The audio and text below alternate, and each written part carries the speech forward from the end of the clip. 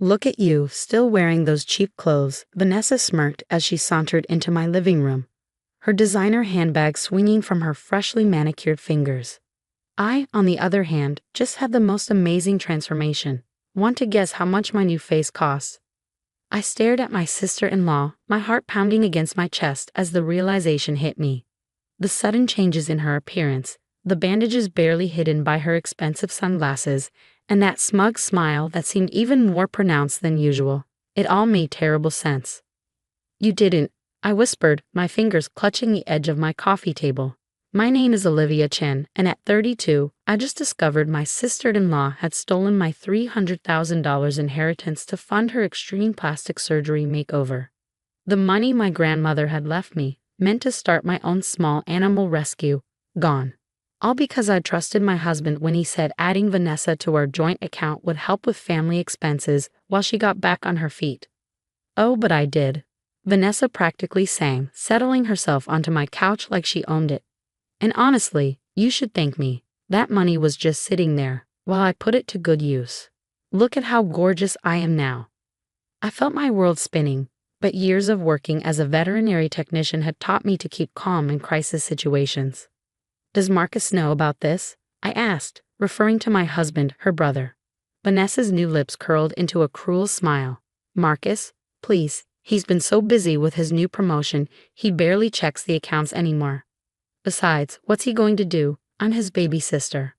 She was right about one thing. Marcus had been distracted lately, pulling long hours at his new executive position. We barely talked anymore, ships passing in the night. I'd been waiting for the right moment to tell him about my plans for the inheritance, to show him the business plan I carefully crafted for my rescue center. Now it seemed that moment would never come. "You had no right," I said, my voice steady despite the trembling in my hands. "That money was left to me by my grandmother. She knew how much I wanted to help animals, to make a difference." "Oh, spare me the St. Olivia routine," Vanessa cut in, rolling her eyes. "Your precious little animal shelter dream. Get real, I've done you a favor. Now you can stop pretending you're anything more than Marcus's plain little wife. At least one of us is doing something meaningful with their life." The casual cruelty of her words hit me like physical blows, but I refused to give her the satisfaction of seeing me cry. Instead, I thought about the last conversation I'd had with my grandmother, just days before she'd passed away. "Olivia, my dear," she'd said, her fragile hand squeezing mine. "I've watched you work so hard, saving every penny, helping every stray that crossed your path. This money, it's not just an inheritance, it's an investment in your dreams. Don't let anyone take that away from you." I promised her I wouldn't, and now here I was, watching my sister-in-law flaunt her stolen surgery, paid for with my grandmother's legacy. "You should leave now," I said quietly, standing up. "And Vanessa, you might want to ice that nose. It's starting to look a bit swollen." Her hand flew to her face, panic briefly replacing her smugness. Good. At least the queen of perfection still had something to worry about. After she left, I sat down at my computer and began to type. First, I pulled up all the bank statements, documenting every transfer Vanessa had made.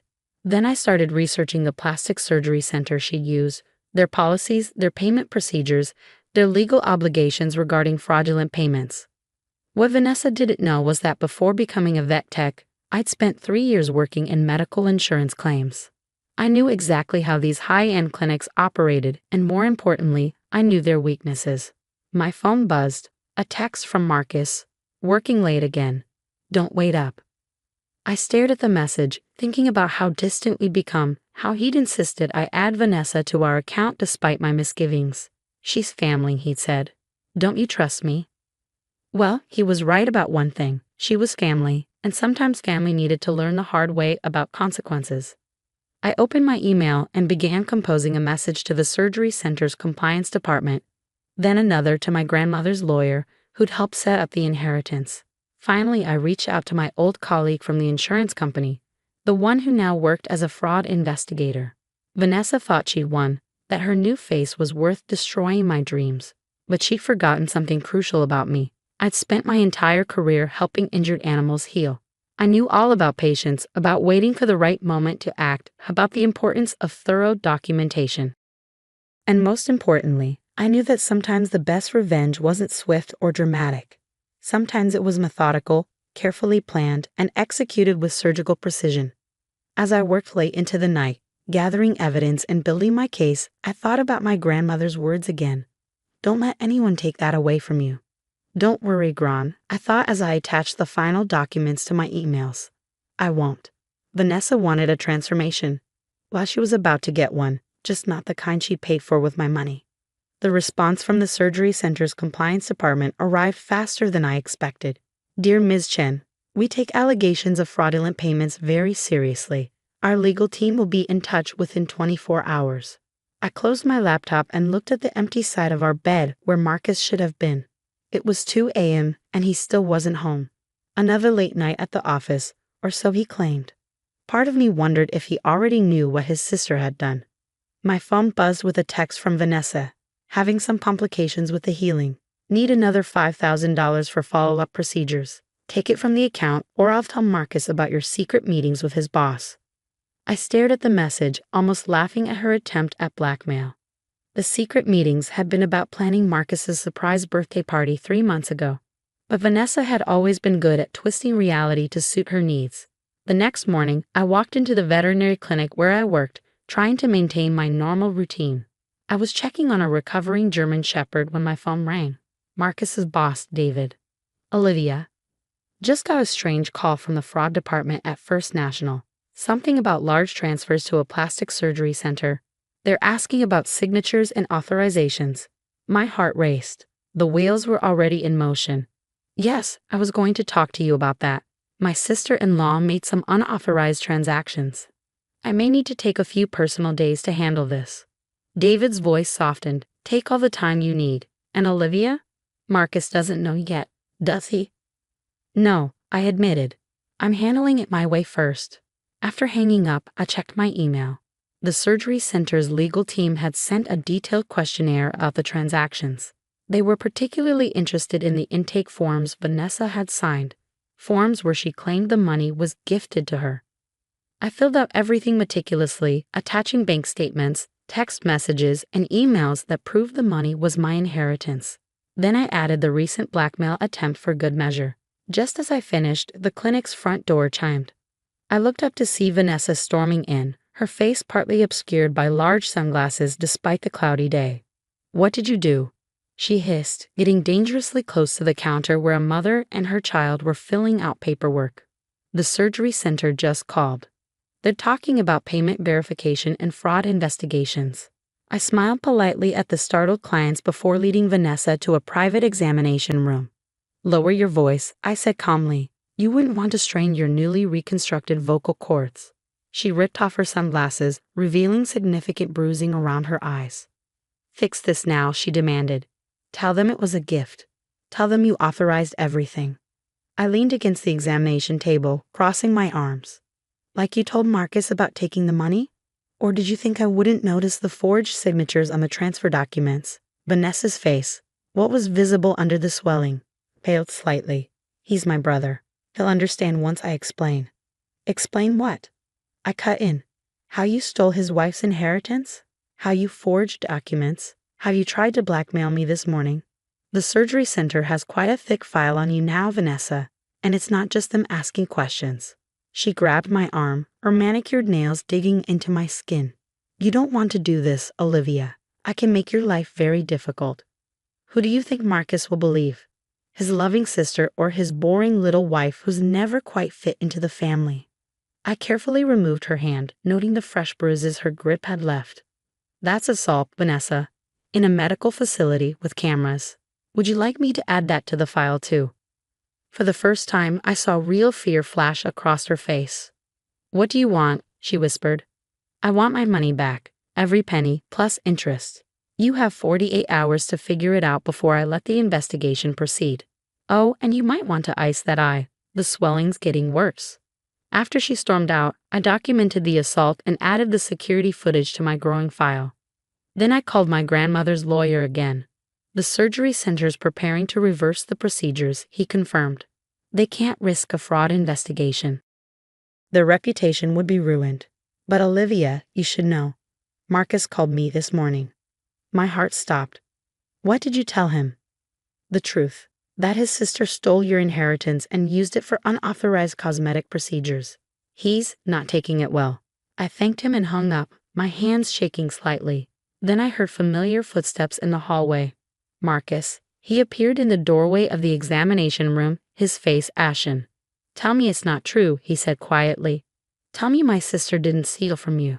I pulled out my phone and showed him the documentation. The transfers, the forged signatures, this morning's blackmail attempt. With each swipe, his expression grew darker. I trusted her, he said, his voice breaking. I insisted you add her to the account. This is my fault. No, I replied, touching his arm gently. It's Vanessa's fault, and she's going to fix it. Just then, my phone buzzed with another message from Vanessa. You win. I'm taking out a loan to repay everything, but don't think this is over. I showed Marcus the text. She's right about one thing, I said. It's not over. The surgery center is launching a full investigation into her case. Apparently, she's not the first person to try this kind of fraud. Marcus sat heavily in the nearest chair. All those late nights I've been working. I was trying to save up to help you start your animal rescue. I wanted it to be a surprise. And all this time, Vanessa was. I felt tears prick my eyes for the first time since this began. We'll start over, I said firmly. Together. But first, your sister needs to learn that actions have consequences. As if on cue, my phone rang, the surgery center's legal team. They wanted to know if I pressed charges once their investigation was complete. I looked at Marcus, who nodded slowly. Yes, I said into the phone. I think it's time everyone learned exactly what happens when you steal someone else's dreams. 3 months later, I stood in front of the newly renovated building that would soon become Hope's Haven Animal Rescue, named after my grandmother. The inheritance money had been fully restored with interest after the surgery center's investigation concluded. Vanessa hadn't gone quietly. The day after she took up a loan to repay me, she'd shown up at our house. Her partially reversed procedures making her face look oddly distorted. You've ruined everything, she'd screamed, mascara running down her cheeks. The surgery center's filing a report about me. Do you know what this will do to my reputation? About the same thing you tried to do to my dreams, I'd replied calmly, watching as Marcus escorted his sister off our property. The surgery center's investigation had revealed a pattern.